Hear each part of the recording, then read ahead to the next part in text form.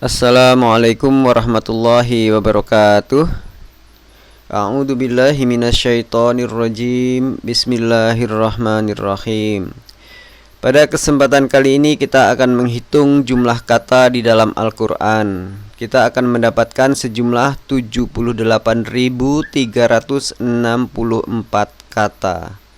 Bagaimana cara menghitungnya? Mari kita saksikan.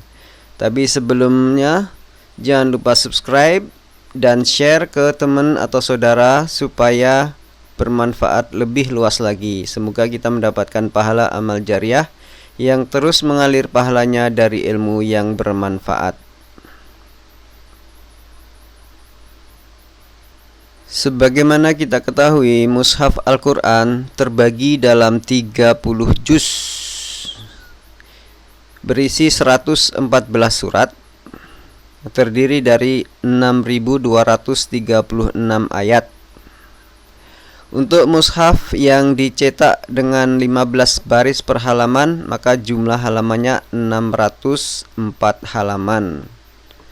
Ada juga mushaf yang dicetak dengan 18 baris per halaman, maka jumlah halamannya lebih sedikit, 485 halaman.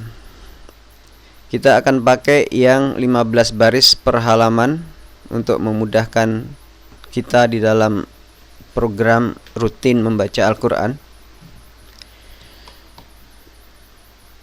Untuk mushaf dengan jumlah halamannya 604 halaman, maka satu juznya terdiri dari 20 halaman atau 10 lembar bolak-balik, kecuali juz pertama dan juz terakhir.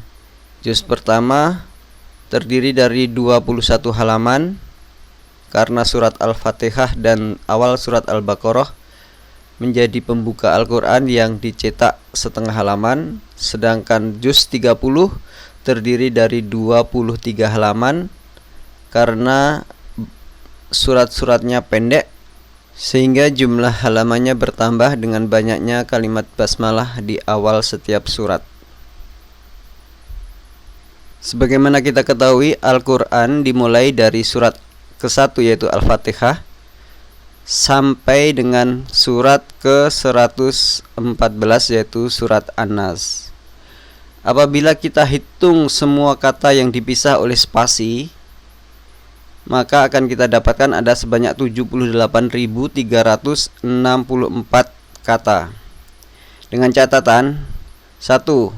Ini termasuk nama surat 1 sampai 114. Jadi Al-Fatihah terhitung. Kedua, termasuk kalimat basmalah di awal semua surat kecuali surat At-Taubah.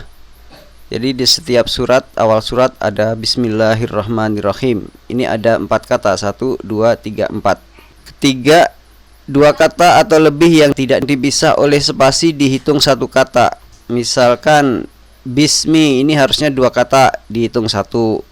Kemudian misalkan wa dengan kata berikutnya apabila tidak dipisah oleh spasi maka akan dihitung 1. Tapi kalau dipisah oleh spasi seperti ini akan dihitung 2. Jadi perhitungannya seperti ini. 1. Al-Fatihah. 2. Bismi. 3. Allahi. 4. Ar-Rahmani. 5.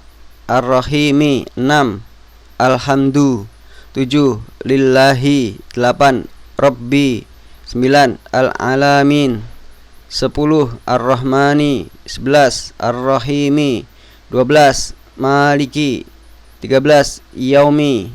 14. Ad-Din. Dan begitu seterusnya sampai ke 78.356.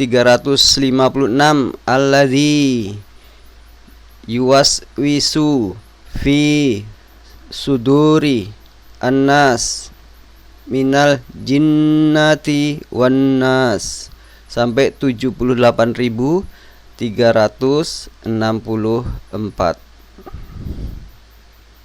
Dari 78.364 dari seluruh juz 1 sampai juz 30 ini banyak sekali terdapat pengulangan kata. Misalkan Ar-Rahmani diulang lagi. Ar-Rahmani di sini sama persis. Ar-Rahimi diulang lagi. Ar-Rahimi sama persis. Maka kalau kita hitung 78.364 kata itu merupakan pengulangan dari 19.338 kata dengan memperhatikan harokatnya, atau kurang dari 25% atau kurang dari 1/4. Apabila kita buang harokatnya, misalkan Allahu, Allahi, Allaha, itu kita hitung satu, maka 78.364 kata itu adalah pengulangan dari 14.965 atau kurang dari 20% atau kurang dari 1/5. Jadi dari seluruh kata di dalam Al-Quran cukup kita pelajari dulu sebanyak 20%, karena kata-kata itu berulang-ulang. Kemudian dari 14.965 kata ini, yang merupakan 20% saja dari seluruh kata di dalam Al-Quran, kalau kita peras lagi, kita bisa dapatkan akar kata dari masing-masing kata ini. Kan kita dapatkan hanya 1818 akar kata. Jadi hanya 2,3% saja. Sementara rata-rata per juz terdapat 2.612 kata atau 3,3%. Kalau hanya 1.818 akar kata, berarti ini hanya 2,3% saja atau kurang dari 1 juz. Kita bisa mulai mempelajari akar kata ini untuk bisa menerjemahkan seluruh kata di dalam Al-Quran. Jadi dengan menguasai 1818 kata itu beserta tasrifnya, bentukan katanya, insya Allah akan mempermudah menerjemahkan seluruhnya sebanyak 78.364 kata di dalam Al-Quran. Mari kita mulai dari yang mudah dulu, yaitu kata yang tidak mengalami perubahan bentuk. Ini daftar kata yang jumlahnya lebih dari 1.000 dan tidak mengalami perubahan bentuk. Jadi yang terbanyak adalah kata wa, yang artinya dan, bisa juga demi, tergantung kalimatnya. Contohnya, lam yalid wa lam yulad. Dia, Allah, tidak beranak dan tidak pula diperanakkan. Kemudian fa sebanyak 3.001 kali, artinya maka. Contohnya, fasolli li rabbika wanhar. Maka dirikanlah salat karena Tuhanmu dan berkorbanlah. Kemudian bi, artinya dengan atau pada. Contohnya, wasaddaqa bil husna, dan membenarkan dengan pahala yang terbaik atau surga. Berikutnya min, dari.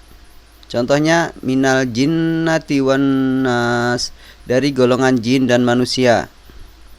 Berikutnya la, bisa artinya sungguh, bisa bagi.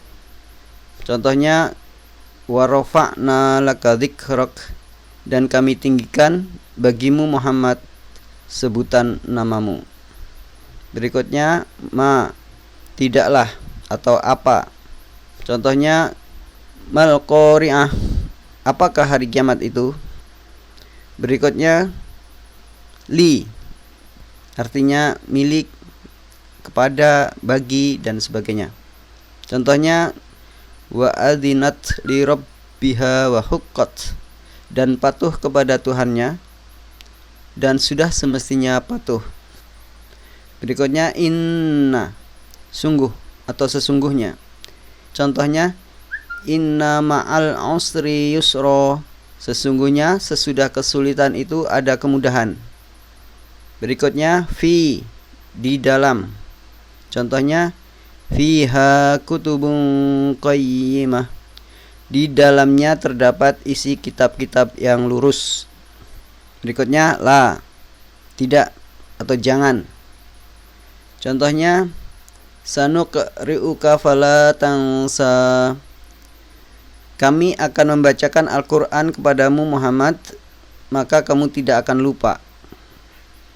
Berikutnya ala, atas. Contohnya inna alaina lal huda.